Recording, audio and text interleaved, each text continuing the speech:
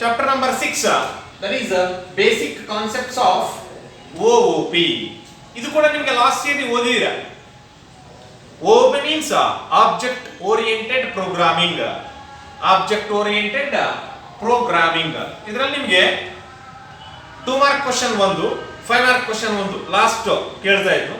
ಇವಾಗ ಏನಾದರೂ ಅಕಸ್ಮಾತ್ ಚೇಂಜಸ್ ಆಗಿದ್ರೆ ಚೇಂಜಸ್ ಮಾಡೋದನ್ನ ನೆಕ್ಸ್ಟ್ ಲಾಸ್ಟ್ ಅಲ್ಲಿ ಡಿಸ್ಕಷನ್ ಮಾಡೋಣ. First, what is OOP? Object oriented programming ಅಂದ್ರೆ ಏನು? It is a principle of, ಇದೊಂದು ಪ್ರಿನ್ಸಿಪಲ್ ಏನಕ್ಕೋಸ್ಕರ ಅಂದ್ರೆ ಕ್ರಿಯೇಷನ್ ಅಂಡ್ ಡೆವಲಪ್ಮೆಂಟ್. ಕ್ರಿಯೇಟ್ ಮಾಡಬೇಕು ಮತ್ತೆ ಡೆವಲಪ್ಮೆಂಟ್ ಮಾಡಬೇಕು. OOP object oriented programming is the principle of design and development. Design ಮಾಡೋದು, ಕ್ರಿಯೇಷನ್ ಮಾಡೋದು. ಕ್ರಿಯೇಷನ್ ಡಿಸೈನ್ ಮಾಡಬೇಕು ಮತ್ತೆ ಡೆವಲಪ್ಮೆಂಟ್ ಮಾಡಬೇಕು. ಯಾವುದನ್ನಂದ್ರೆ ಪ್ರೋಗ್ರಾಮಿಂಗ್ ನ. ಯಾವುದನ್ನ ಡೆವಲಪ್ ಮಾಡ್ತಾ ಇದೀವಿ, ಯಾವುದನ್ನ ಡಿಸೈನ್ ಮಾಡ್ತಿದೀವಿ ಅಂದ್ರೆ ಪ್ರೋಗ್ರಾಮಿಂಗ್ ನ ಡಿಸೈನ್ ಮಾಡಬೇಕು, ಜೊತೆಗೆ ಡೆವಲಪ್ಮೆಂಟ್ ಮಾಡಬೇಕು by using the modular approach. ಯಾವುದನ್ನು ಯೂಸ್ ಮಾಡಿಕೊಂಡು, ಒಂದು ಮಾಡ್ಯೂಲ್ಸ್ ನ ಯೂಸ್ ಮಾಡಿಕೊಂಡು ಪ್ರೋಗ್ರಾಮಿಂಗ್ ಪಾರ್ಟ್ ನ ಡಿಸೈನ್ ಮಾಡಿ ಡೆವಲಪಿಂಗ್ ಮಾಡೋದನ್ನೇ ನಾವು OOP ಅಂತ ಕನ್ಸಿಡರ್ ಮಾಡ್ತಾ ಇದೀವಿ. Object oriented programming is the principle of design and development of programs for modular approach or by using the modular approach. ಒಂದು ಮಾಡ್ಯುಲರ್ ಅಪ್ರೋಚ್ ನ ಯೂಸ್ ಮಾಡಿಕೊಂಡು ಮಾಡ್ಯೂಲ್ಸ್ ನ ಡಿಸೈನ್ ಮಾಡಿ ಡೆವಲಪ್ಮೆಂಟ್ ಮಾಡಿದ್ರೆ ಅದನ್ನೇ ನಾವೇನಂತ ಕರಿತಾ ಇದೀವಿ ಅಂದ್ರೆ OOP. This OOP provides advantages in creation and development of software. ಒಂದು ಸಾಫ್ಟ್ವೇರ್ ನ ಡೆವಲಪ್ ಮಾಡಬೇಕಂದ್ರೆ, ಕ್ರಿಯೇಷನ್ ಮಾಡಬೇಕಂದ್ರೆ ನಾವು OOP ನ ಯೂಸ್ ಮಾಡ್ತಾ ಇದೀವಿ. OOP provides the advantages in creation and development of software for real time applications. ಒಂದು ರಿಯಲ್ ಟೈಮ್ ಅಂದ್ರೆ ಪ್ರೆಸೆಂಟ್ ನಡೀತಾ ಇರೋ ಅಪ್ಲಿಕೇಶನ್ಸ್ ಅಲ್ಲಿ ನಾವು ಒಂದು ಸಾಫ್ಟ್ವೇರ್ ನ ಯೂಸ್ ಮಾಡ್ಕೋಬೇಕಂದ್ರೆ ಈ ಒಂದು OOP ಪ್ರೋಗ್ರಾಮಿಂಗ್ ನ ಯೂಸ್ ಮಾಡ್ತಾ ಇದೀವಿ. This OOP provides an advantage in creation and development of software for real time applications. ಒಂದು ರಿಯಲ್ ಟೈಮ್ ಅಪ್ಲಿಕೇಶನ್ಸ್ ಅಲ್ಲಿ ಒಂದು ಸಾಫ್ಟ್ವೇರ್ ನ ನಾವು ಈಗ ಏನು ರಿಯಲ್ ಟೈಮ್ ಅಂದ್ರೆ ಪ್ರೆಸೆಂಟ್ ಏನ್ ನಡೀತಾ ಇದೆಯೋ ಅಂತ ಅಪ್ಲಿಕೇಶನ್ಸ್ ಅಲ್ಲಿ ಈ OOP ಸಾಫ್ಟ್ವೇರ್ ನ ನಾವು ಅಡ್ವಾಂಟೇಜ್ ತಗೊಳ್ಳೋದಕ್ಕೆ ಯೂಸ್ ಮಾಡ್ತಾ ಇದೀವಿ. ಡಿಸ್ಅಡ್ವಾಂಟೇಜ್ ಆಗಿದ್ರೆ ಬೇಕಾಗಿರ್ಲಿಲ್ಲ. ಅದರಿಂದ ನಮ್ಗೆ ಏನಾದ್ರೂ ಅಡ್ವಾಂಟೇಜ್ ಇದ್ರೆ ಮಾತ್ರನೇ ಆ ಸಾಫ್ಟ್ವೇರ್ ನ ಈ ರಿಯಲ್ ಟೈಮ್ ಅಪ್ಲಿಕೇಶನ್ಸ್ ಅಲ್ಲಿ ಯೂಸ್ ಮಾಡೋದಕ್ಕೆ ನಾವು OOP ನ ಯೂಸ್ ಮಾಡ್ತಾ ಇದ್ದೀವಿ. That is the use of OOP. Just 2 points ಅಷ್ಟೇ. Object oriented programming is the principle of design and development of programming by using the modular approach. By using the modular approach, that is called object oriented programming.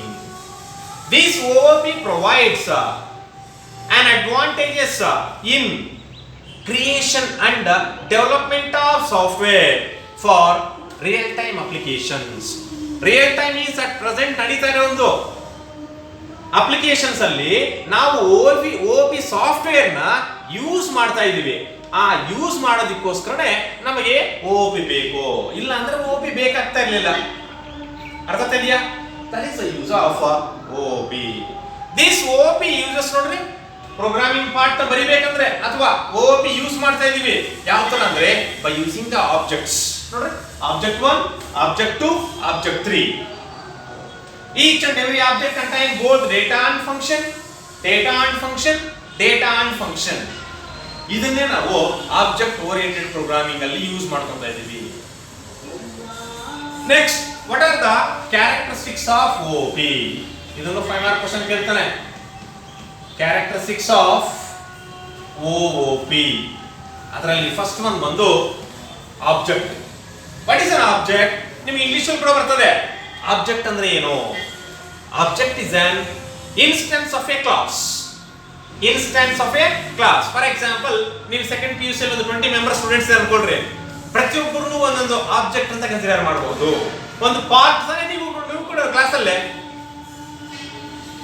Object is a person, place, thing or table of data. ಯಾವ್ದು ಬೇಕಾದ್ರೂ ಬರೆಯಬಹುದು. Object ಅನ್ನೋದು ಒಬ್ಬ person ಆಗಿರಬಹುದು, ಅಥವಾ ಒಂದು place, ಅಥವಾ ಒಂದು ಥಿಂಗ್, ಥಿಂಗ್ ಮೀನ್ಸ್ ವಸ್ತು, ಅಥವಾ ಒಂದು ಟೇಬಲ್ ಆಫ್ ಡೇಟಾ. ಒಂದು ಟೇಬಲ್ ಅಲ್ಲಿ ಡೇಟಾ ಬರೀತೀವಲ್ಲ ನಾವು, ಅದು ಆಗಿರ್ಬೋದು. ಅದನ್ನೇ ನಾವೇನಂತ ಕರಿತೀವಿ ಅಂದ್ರೆ object. For example, Chintamani, Bengaluru, desk, pen, pencil, ಹೌದಾ? ಇವೆಲ್ಲವೂ ಏನು ಅಂದ್ರೆ object. Object is a person, place, thing or table of data or instance of a class. Instance of a class ಅದನ್ನು ಬೇಕಾದ್ರೂ ಬರೀಬಹುದು. Objects are the basic building blocks for designing programs. Objects are the basic building blocks for designing programs. ಒಂದು program ನ design ಮಾಡಬೇಕಂದ್ರೆ basic building blocks ಆಗಿ use ಮಾಡ್ತೀವಿ. ಯಾವುದನ್ನ ಅಂದ್ರೆ ಆಬ್ಜೆಕ್ಟ್ಸ್ ನ. ಆಬ್ಜೆಕ್ಟ್ ಓರಿಯೆಂಟೆಡ್ ಪ್ರೋಗ್ರಾಮಿಂಗ್ ಅಲ್ಲಿ ಒಂದು ಪ್ರೋಗ್ರಾಮ್ ನ ಬರೀಬೇಕಂದ್ರೆ ಇವು ಆಬ್ಜೆಕ್ಟ್ಸ್ ನ ಒಂದು basic building blocks. For example, ಒಂದು ಮನೆ ಕಟ್ಟಬೇಕಂದ್ರೆ ನಾವ್ ಏನ್ ಮಾಡ್ತೀವಿ? ಫಸ್ಟ್ ಬೇಸ್ ಹಾಕ್ತಿವಿ, ಹೌದಾ? ಹೌದಾ? ಅದೇ ತರನೇ ಒಂದು ಪ್ರೋಗ್ರಾಮಿಂಗ್ ನ ಬರೀಬೇಕಂದ್ರೆ ಆಬ್ಜೆಕ್ಟ್ ಓರಿಯೆಂಟೆಡ್ ಪ್ರೋಗ್ರಾಮಿಂಗ್ ಅಲ್ಲಿ ಆಬ್ಜೆಕ್ಟ್ಸ್ ನ ನಾವು ಯಾವ ತರ ಯೂಸ್ ಮಾಡ್ತೀವಿ ಅಂದ್ರೆ ಬೇಸಿಕ್ ಬಿಲ್ಡಿಂಗ್ ಬ್ಲಾಕ್ಸ್ ಆಗಿ ಯೂಸ್ ಮಾಡ್ತಿದೀವಿ. That is called as N object. ಒಂದು ಬರೆದ್ರೆ ಸಾಕು, ಇನ್ಸ್ಟೆನ್ಸ್ ಆಫ್ ಎ ಕ್ಲಾಸ್ ಅಂತ ಬರೆದ್ರೆ ಸಾಕು, ಅಥವಾ object is a person, place, table of data or thing. ಇದನ್ನ ಯಾವ್ದು ಬೇಕಾದ್ರೂ ಬರೀಬಹುದು. ಅಥವಾ objects are the basic building blocks for designing programs. Example, Chintamani, your name, Bengaluru, ಯಾವ್ದು ಬೇಕಾದ್ರೂ ಬರೀಬಹುದು. That is the first characteristic feature. Next, second one is the class. What is a class? Class is a way of grouping objects. 20 ಜನ students ಇದ್ದೀರಾ, ಒಂದನ್ನ class ಅಂತ ಕರಿತೀವಿ ಅದನ್ನ, ಹೌದಾ? ಒಬ್ಬೊಬ್ಬ ಸ್ಟೂಡೆಂಟ್ ಒಂದೊಂದು ಆಬ್ಜೆಕ್ಟ್ ಅಂತ ಕನ್ಸಿಡರ್ ಮಾಡಬಹುದು, ಕರಿಬಹುದು ನಾವು. Class is A way of grouping objects having similar characteristics. Having similar characteristics. 1 2 3 4 5 6 7 8 9 10 numbers ಇದಾವೆ. ಎಲ್ಲಾನು ಸೇಮ್ ಇಂಟಿಜರ್ಸ್ ಏನಾ? ಅದನ್ನೆಲ್ಲ ಸೇರ್ಕೊಂಡು ನಾವೇನಂತ ಕರಿಬಹುದು ಅಂದ್ರೆ ಒಂದು ಕ್ಲಾಸ್ ಅಂತ ಕರಿಬಹುದು. For example, apple, orange, mango, ಹೌದಾ? ಇವೆಲ್ಲ ಏನು?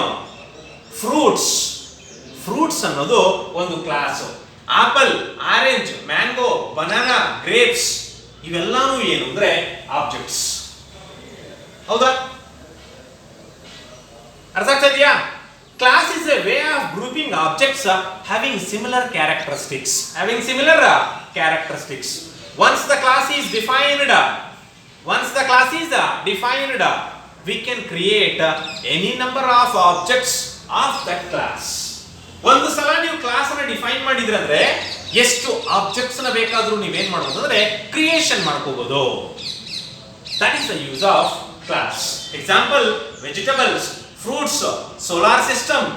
That is an example for the class. ಅರ್ಥ ಆಗ್ತಿದೆಯಾ? Already ಓದಿರೋದೆ. Class is a way of grouping objects having similar characteristics. Once the class is defined, any number of objects belongs to that class can be created.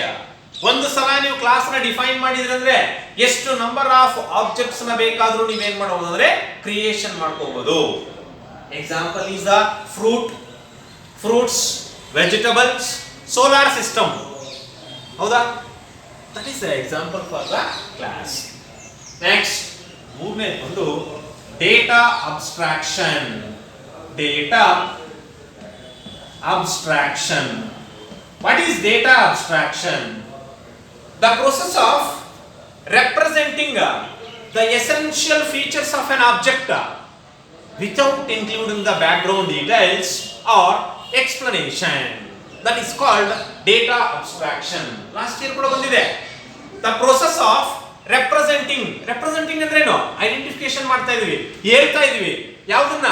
essential features of an object. ಒಂದು object ತಗೊಂಡ್ರೆ ಆ object ಗೆ ಏನೇನು features ಇದಾವೋ ಅವನ್ನೆಲ್ಲಾನು ಹೇಳ್ತಾ ಇದೀವಿ ನಾವು, representation ಮಾಡ್ಕೊಂತಾ ಇದೀವಿ. Without including the back ground details R explanation. ಇದರ ಎಕ್ಸ್ಪ್ಲನೇಷನ್ ಬೇಕಾಗಿಲ್ಲ ನಮಗೆ. ಅದರಲ್ಲಿ ಏನೇನು ಫೀಚರ್ಸ್ ಇದಾವೋ ಅವನ್ನ ಮಾತ್ರ ನಾವೇನ್ ಮಾಡ್ತಿದ್ವಿ, ಐಡೆಂಟಿಫಿಕೇಶನ್ ಮಾಡ್ಕೊಂತಾ ಇದೀವಿ. ಒಬ್ಬ ಪರ್ಸನ್ ಇದ್ದಾನೆ, ಆ ಪರ್ಸನ್ ಗುಡ್ ಆರ್ ಬ್ಯಾಡ್ ಅಂತ ನೀವು ಯಾವ ತರ ಐಡೆಂಟಿಫಿಕೇಶನ್ ಮಾಡ್ತೀರಾ? Based on the behaviour, right? ಅದೇ ತರ ಒಂದು ಆಬ್ಜೆಕ್ಟ್ ತಗೊಂಡ್ರೆ ಆ ಆಬ್ಜೆಕ್ಟ್ ಗೆ ಏನೇನು ಫೀಚರ್ಸ್ ಇದಾವೆ ಅವು ಮಾತ್ರ ಬೇಕಷ್ಟೇ ನಮಗೆ. ಅದ್ರ ಎಕ್ಸ್ಪ್ಲನೇಷನ್ ಬೇಕಾಗಿಲ್ಲ, ಅದ್ರ ಬ್ಯಾಕ್ ಗ್ರೌಂಡ್ ಡೀಟೇಲ್ಸ್ ಕೂಡ ಬೇಕಾಗಿಲ್ಲ ನಮಗೆ. ಅದಕ್ಕೆ ಏನು ಫೀಚರ್ಸ್ ಇದಾವೋ, for example chalk piece. Chalk piece ನಮ್ಗೆ ಏನಕ್ಕೋಸ್ಕರ ಬೇಕು? Just for writing on the board, ಹೌದಾ? ಚಾಕ್ ಪೀಸ್ ತಿಂತೀವೇನೋ? ತಿನ್ನಲ್ಲ ತಂದವು. ನಮಗೆ ಇದ್ರ ಎಕ್ಸ್ಪ್ಲನೇಷನ್ ಬೇಕಾಗಿಲ್ಲ. ಅದಕ್ಕೆ ಏನು ಫೀಚರ್ಸ್ ಇದಾವೋ ಆ ಫೀಚರ್ಸ್ ಮಾತ್ರ ಬೇಕಷ್ಟೇ ನಮಗೆ. ಆ ತರ ಫೀಚರ್ಸ್ ಮಾತ್ರ ರೆಪ್ರೆಸೆಂಟೇಷನ್ ಮಾಡಬೇಕು. ಯಾಕೆಂದ್ರೆ chalk piece is an object, human beings are objects, table is an object, ಹೌದಾ? ಈ ತರ ಪ್ರತಿಯೊಂದು ಆಬ್ಜೆಕ್ಟ್ಗೂ ಏನೇನು ಫೀಚರ್ಸ್ ಇದಾವೋ ಅವನ್ನ ಮಾತ್ರ ಹೇಳ್ತೀವಿ. ಅದರ ಬ್ಯಾಕ್ ಗ್ರೌಂಡ್ ಡೀಟೇಲ್ಸ್ ಬೇಕಾಗಿಲ್ಲ ನಮಗೆ, ಅದರ ಎಕ್ಸ್ಪ್ಲನೇಷನ್ ಕೂಡ ಬೇಕಾಗಿಲ್ಲ. ಆ ತರ ರೆಪ್ರೆಸೆಂಟೇಷನ್ ಮಾಡಿದ್ರೆ that is called data abstraction. The process of representing the essential features. Essential ಅಂದ್ರೆ ಏನು? ತುಂಬಾ ಫೆಮಿಲಿಯರ್ ಆಗಿ ಗೊತ್ತಿರೋದು, ಇದು ಎಲ್ರಿಗೂ ಗೊತ್ತಿರೋದು. ಇದು ನನಗೆ ಒಬ್ಬರಿಗೆ ಏನು ಗೊತ್ತಿಲ್ಲ. essential features without including the background details or explanation. ಇದರ ಬ್ಯಾಕ್ಗ್ರೌಂಡ್ ಡೀಟೇಲ್ಸ್ ಬೇಕಾಗಿಲ್ಲ, ಇದರ ಬಗ್ಗೆ ನಮಗೆ ಎಕ್ಸ್ಪ್ಲನೇಷನ್ ಬೇಕಾಗಿಲ್ಲ. ಅದಕ್ಕೆ ಇರೋ ಎಸೆನ್ಷಿಯಲ್ ಫೀಚರ್ಸ್ ಒಂದು ಮಾತ್ರ ಗೊತ್ತಿದ್ರೆ ಸಾಕು ನಮಗೆ. ಆ ಒಂದು ಫೀಚರ್ಸ್ ನೇ ನಾವೇನಂತ ಕನ್ಸಿಡರ್ ಮಾಡ್ತೀವಿ ಅಂದ್ರೆ data abstraction. Next, fourth one is data encapsulation. Data encapsulation. The process of combining the data and function into a single unit called class.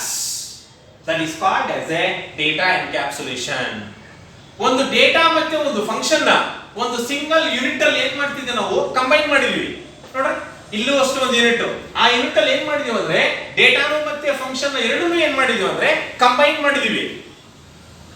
The process of combining the data and function into a single unit called class.